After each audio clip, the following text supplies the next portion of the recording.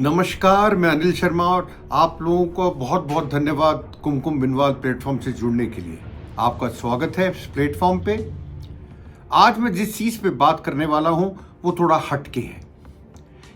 ये टाइम वो है जहाँ पर बड़े बड़े इंडस्ट्रियलिस्ट हाथ जोड़ के या हाथ बांध के पीठ के पीछे खड़े रहते हैं प्रधानमंत्री नरेंद्र मोदी जी के सामने या हमारी फाइनेंस मिनिस्टर निर्मला सीतारमण जी के सामने। ऐसे टाइम पे एक इंडस्ट्रियलिस्ट या एक मैं बोलूंगा उद्योगपति उठा और उसने अपनी आवाज, एक पैराग्राफ की ही बात करूंगा, उसने अपनी आवाज बुलंद करने की कोशिश की और मोदी जी और उनकी टीम को एक आईना दिखाया है इंडियन इकोनॉमी का।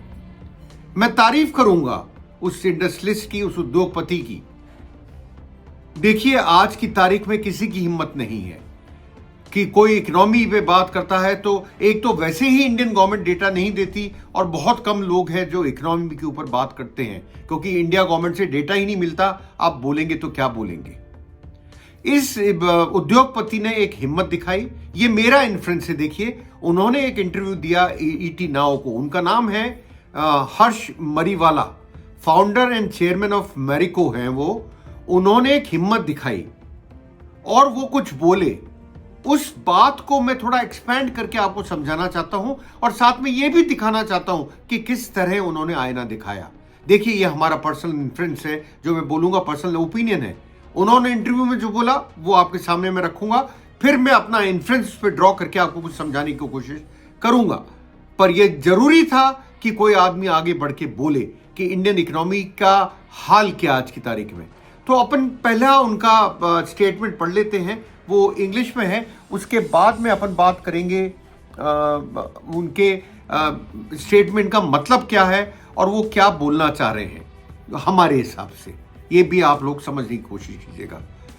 उन्होंने कंजम्पशन और स्टेट ऑफ इकोनॉमी पे क्या कहा, यही एक अपना मेन टॉपिक है क्योंकि यही चीज मेरे जैसे नीचे जो लोग हैं, लोअर इनकम ग्रुप है, मिडिल इनकम ग्रुप है और जो बिल्कुल गरीब तबके के लोग हैं, उनको हिट करती है। उन्होंने कहा कि कंजम्पशन हैज स्टैग्नेटेड। पहले मैं इंग्लिश में पढ़ूंगा, फिर मैं आपको इसका हिंदी में बताऊंगा। That is for sure it has not increased. There is a K shaped kind of impact on the economy, on the rich and the poor. The rich have become far more richer and the poorer have got impacted partly because of unemployment, partly because of inflation. Data show consumption has stagnated.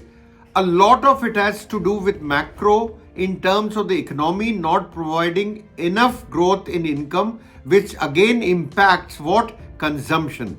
But clearly there is an opportunity to improve and a lot and depend on how the economy does in future in terms of employment, inflation and agriculture productivity.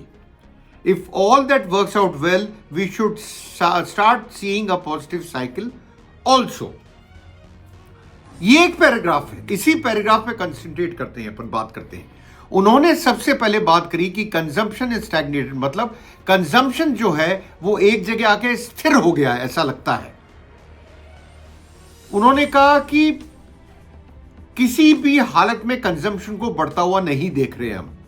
देखिए, एक चीज आपको समझनी पड़ेगी, Indian economy जो है वो consumption based economy है और करीब 60 से 70% हमारी जो इकोनॉमी है डिपेंडेंट ऑन कंजम्पशन है। कंजम्पशन मतलब खरीद, आपके हाथ में पैसा है, जाके खरीद रहे हो, उस खरीद से फैक्ट्री चल रही है या लॉजिस्टिक्स वाले, ट्रक वाले, इनका बिजनेस चल रहा है, ट्रांसपोर्टेशन का चल रहा है, मतलब सारा पैसे के थ्रू काम हो रहा है, कंजम्पशन के थ्रू काम हो रहा है। आप लोग ये कंजम्पशन बेस्ड समझ गए होंगे, मैं समझता हूं। उनका कहना है कि वो एक स्टैग्नेट हो गया है, स्थिर हो गया है। फिर वो बात करते हैं there is a K shaped kind of impact on the economy. Now अब आपको ये थोड़ा बहुत समझना पड़ेगा। देखिए, के शेप्ड क्या होता है।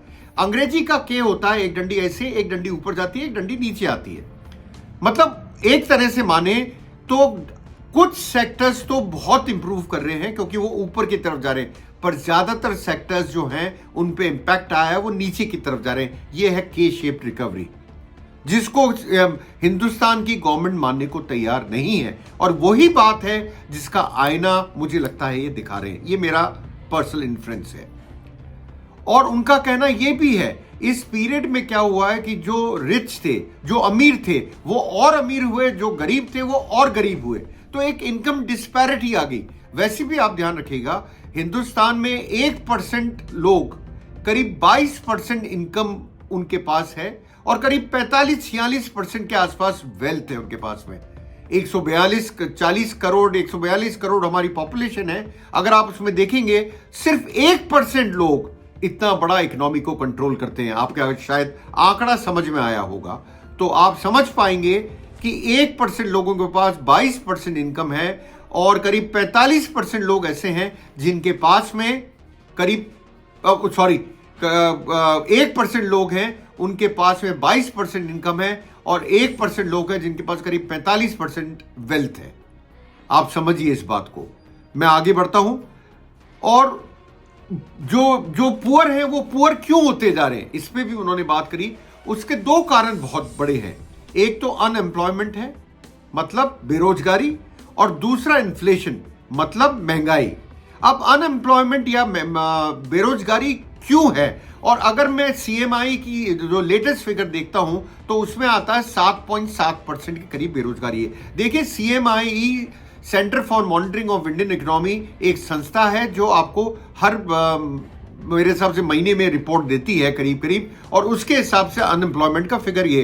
पर मेरा मानना है क्या इसमें अनऑर्गेनाइज सेक्टर कौन सा, जिसके अंदर लोग काम करते हैं, कोई मिस्त्री होता है, कोई लेबर होता है, लेबर क्लास होता है, रेडी वाले होते हैं, रिक्शा वाले होते हैं, इन लोगों की काउंटिंग है या नहीं है, ये हमारे पास हिसाब नहीं है। जो थड़ी लगाते हैं, जो ठेला चलाते हैं, जो चाय बेचते हैं, उनका क्या फिगर इसमें इंक्लूडिंग है? मेरा मानना नहीं होगा, शायद नहीं होगा, और अनएम्प्लॉयमेंट इससे ज्यादा ही होगा। वैसे भी 7.7% कम नहीं है, आप लोग समझिएगा इस बात को। यह भी एक बड़ा फिगर है इन अ कंट्री लाइक इंडिया, बहुत बड़ा फिगर है, मैं आपको बताऊं। उसके बाद इन्फ्लेशन की जो बात है, इन्फ्लेशन देखिए थोड़ा बहुत नीचे आया। अगर मैं उसके एक्चुअल फिगर पे आऊंगा तो मैं आपको ये बताने में मुझे हिचक नहीं है कि करीब करीब अभी 5.48 के आसपास शायद इन्फ्लेशन है। पहले से नीचे आया है, पर अभी भी पूरा नीचे नहीं आया है। और नीचे नहीं आने से सबसे ज्यादा असर जो पड़ रहा है वो पड़ रहा है फूड इन्फ्लेशन को, और उसमें भी सबसे ज्यादा अंतर है, आपको बताऊं, सब्जियों में, वेजिटेबल्स में, क्योंकि वहां पे चोट सबसे ज्यादा पड़ी है। इन्फ्लेशन को अगर कोई ऊपर लेके गया शायद नीचे आ जाए, क्योंकि अब रबी की क्रॉप की बुआई शुरू हुई है। रबी मतलब जो विंटर क्रॉप्स अंग्रेजी में बोलते हैं, जो मानसून के बाद उगाई जाती है, उसकी वजह से शायद कुछ नीचे आए, पर लगता नहीं है मुझे। तो मेरा मानना यह है कि आपका जो फूड इन्फ्लेशन है वो एक बहुत बड़ा मामला है जिसको टैकल करना बहुत जरूरी है। इसके आगे उनका कहना यह था, जो मैं आपको पहले बोला, क्योंकि राइज ऑफ इनकम भी देखने को नहीं मिल रहा, मतलब इनकम भी इतनी नहीं बढ़ रही जिस हिसाब से इन्फ्लेशन बढ़ा है। तो लोग जो हैं वो खरीदने क्या जाएंगे और क्या बचाएंगे? जब वो खरीदने नहीं जा पाएंगे तो बचाएंगे क्या? करीब करीब मेरा मानना है कि जो इन्फ्लेशन मैंने आपको बताया 7.7% है, इनकम ग्रोथ हुई नहीं है। देयर इज अ ड्रॉप, मतलब वहां पे भी ग्रोथ में ड्रॉप है। किसके? आपके बैंक डिपॉजिट्स में। और ये बैंक्स के लिए बड़ी कंसर्निंग बात है, क्योंकि एक तरफ क्रेडिट ऑफटेक बढ़ रहा है, वो करीब 15% से बढ़ रहा है, और जो बैंक डिपॉजिट्स हैं शायद वो 11% के आसपास से बढ़ रहे हैं। आप अंदाजा लगा सकते हैं कि इकोनॉमी की हालत सच्चाई में कितनी बुरी है। कि आदमी डिपॉजिट क्या करेगा जब वो खर्चा ही नहीं उठा पाएगा, तो क्या डिपॉजिट करेगा? तो हम कहीं एक विशेष साइकिल में तो नहीं फंस रहे। अभी जीडीपी के नंबर्स आए थे, आपको पता होगा वो क्या नंबर थे। जीडीपी ग्रोथ कितनी थी हमारी ग्रोथ थी करीब 5.4%, जो कि 21 महीने में लोएस्ट थी। और उसमें भी सबसे बड़ी मार किसने खाई थी? मैन्युफैक्चरिंग सेक्टर ने, जो सबसे ज्यादा जॉब क्रिएट करता है। मैन्युफैक्चरिंग सेक्टर, सर्विस सेक्टर, दो ही सेक्टर हैं जो जॉब क्रिएट करते हैं।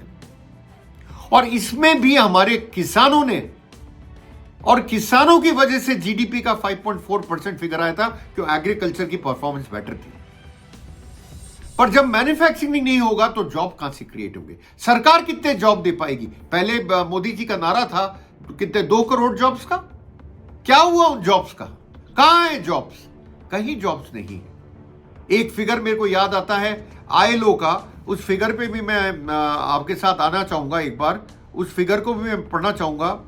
आईएलओ कहता है, ये मार्च की रिपोर्ट है, ध्यान रखिएगा, इंटरनेशनल लेबर ऑर्गेनाइजेशन आईएलओ, उनका कहना यह है 83% ऑफ द जॉबलेस पॉपुलेशन, मतलब 83% जो जिनके पास बेरोजगार हैं वो आते वो लोग हैं जो 18 या 19 साल से और 29 साल के बीच में आते हैं। 83% वो लोग हैं। आप देखिए कितनी बुरी हालत है। जो बच्चे हैं, जो हमारा आगे का भविष्य है, उनके पास में नौकरियां नहीं है। आप बताइए, राहुल गांधी कभी गलत नहीं बोले इस चीज पे कि दो चीजों ने इकोनॉमी को मारा। एक तो गलत डिमोनेटाइजेशन जो हुआ था, जो नोटबंदी हुई थी, उसका इंपैक्ट इकोनॉमी को पड़ा। और इसके मनमोहन सिंह ने भी उस टाइम कहा था, आपको याद होगा, इसका असर पड़ेगा, इसका असर पड़ा। और एक रॉन्ग इंप्लीमेंटेशन, या मैं बोलूंगा कि उसको गलत ढंग से इंप्लीमेंट करा गया, वो था जीएसटी। आज आप बताइए, आप कॉमन आदमी हैं मेरे जैसे, और भी लोग हैं मेरे से भी शायद नीचे तबके के लोग हैं, उनका जिंदगी कैसे कटेगी? आप इनकम टैक्स ले लेते हैं, आप 18% मैक्सिमम स्लैब है वेट उसकी जीएसटी की, आप वो ले लेते हैं। अरे भैया, ये टोटल मिला के करीब करीब 30% रुपया तो आप ले गए। मैं मानता हूं कम से कम 30 से 40% रुपया आपका टैक्स में निकल जाता है। सबसे ज्यादा चोट खाता है मिडिल इनकम, क्योंकि उनकी जो सैलरी आती है वो पहले ही कट के आती है, फिर वो बाजार जाके सामान खरीदता है तो बेचारे को 18%, 12%, 5% ऊपर से जीएसटी और देना पड़ता है। उसकी जिंदगी के पे क्या असर पड़ा? जिंदगी खराब हो गई। तीसरी बात बड़ी इंपॉर्टेंट, आप देखिए, हम जब इसकी बात करते हैं, उसकी जिंदगी पे एक जो मिडिल क्लास है, लोअर मिडिल क्लास है, या बिल्कुल ही नीचे तबके के हैं, उनकी जिंदगी पे बहुत असर पड़ा है। किसका? जीएसटी का। क्योंकि उसके वजह से, और अब सुनने में आ रहा है कुछ और चीजों पे टैक्स बढ़ेंगे। देखिए, ये तो अभी सुनने में आ रहा है कि कई चीजों पे वैट, शायद जीएसटी और बढ़ सकता है।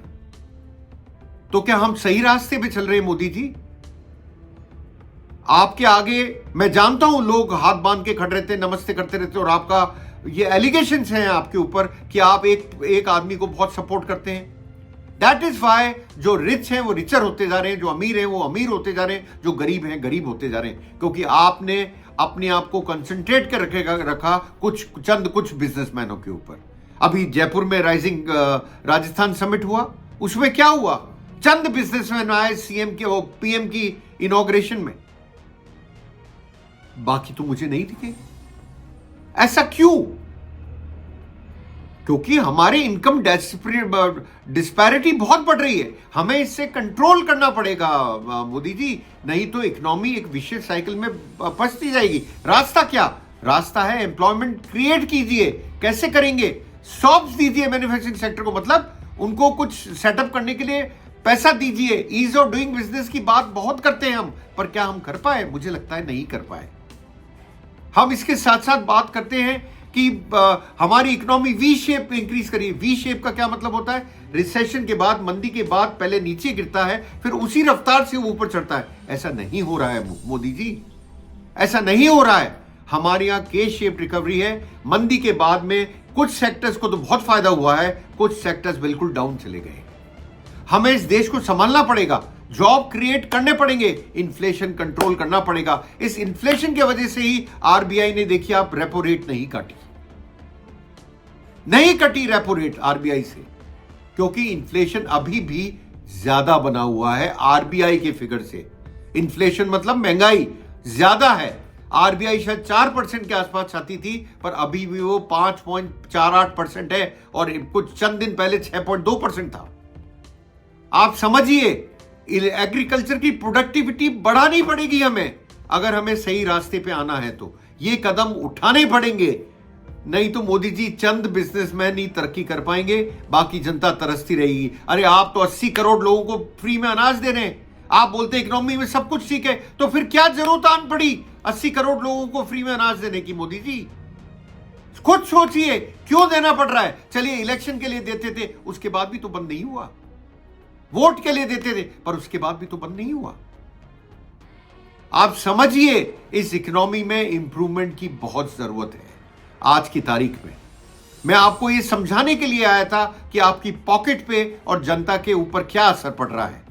और एक इंडस्ट्रियलिस्ट ने मैं बोलूंगा हिम्मत दिखाई और आईना दिखाया मोदी जी और उनकी पार्टी को और उनके कलीग्स को कि आज हिंदुस्तान की इकोनॉमी के क्या हालचाल है। मैं समझता हूं आप लोगों को कुछ समझाने में मेरी कोशिश कामयाब हुई होगी। आप लोगों का बहुत बहुत धन्यवाद मेरे से जुड़ने के लिए। और आप लोगों से रिक्वेस्ट है कि आप कुमकुम बिनवाल प्लेटफॉर्म को लाइक कीजिए, सब्सक्राइब कीजिए और बेल आइकॉन भी दबाइए। और मैं अपना वीडियो लेके आता हूं जल्द आप लोगों के सामने। बहुत बहुत धन्यवाद।